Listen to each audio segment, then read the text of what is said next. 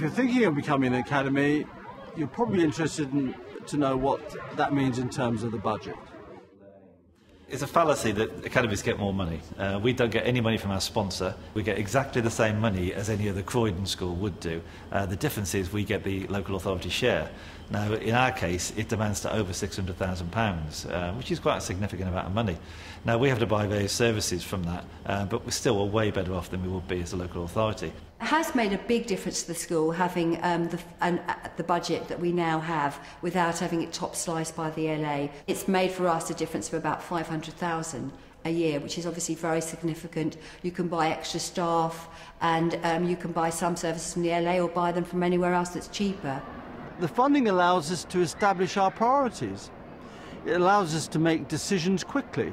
If I want another maths teacher, or I want a science teacher to receive a promotion, or I want a brick wall built in the playground, I can make that decision in partnership with the finance committee very quickly. I don't have to write letters in triplicate to the local education authority.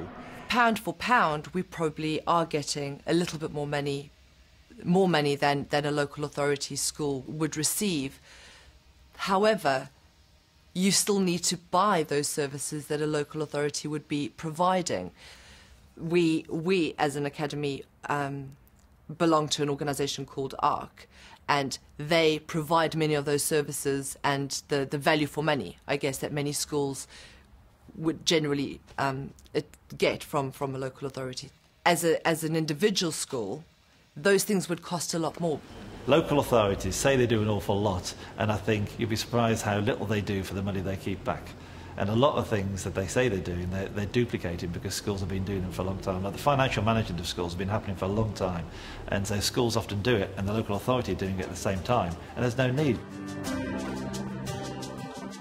We have somebody here who's responsible for finance and payroll. We have somebody here for human resources, and they're supported by one or two admin staff. But that's a small amount, and a lot of local education authority schools would employ similar sorts of people. It hasn't meant a huge increase in administrative staff. But you do need a business manager. You need somebody who understands systems and sort of get all the sort of audit trails and all the financial procedures in place.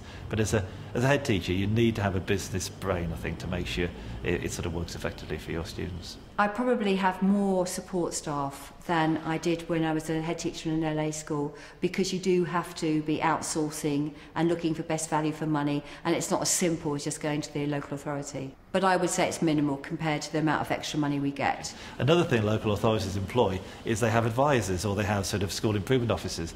Now, those people are often people who have left the teaching profession a few years back and are out of date because education changes. All you need to do is buy in people from an organisation that provides that kind of support, get teachers from other schools, use your own staff, and that saves you a fortune, which, you know, this costs millions for local authorities to have those people, and you're not paying for that anymore unless you want people in.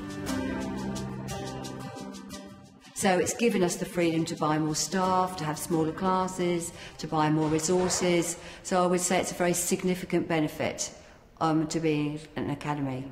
And academies are an extension of that fundamental principle, which is you are in charge, you're the person, a bit like a businessman, who's got to make a success of this institution. Here's the money, 100% of the funding, just be accountable for the success of the institution.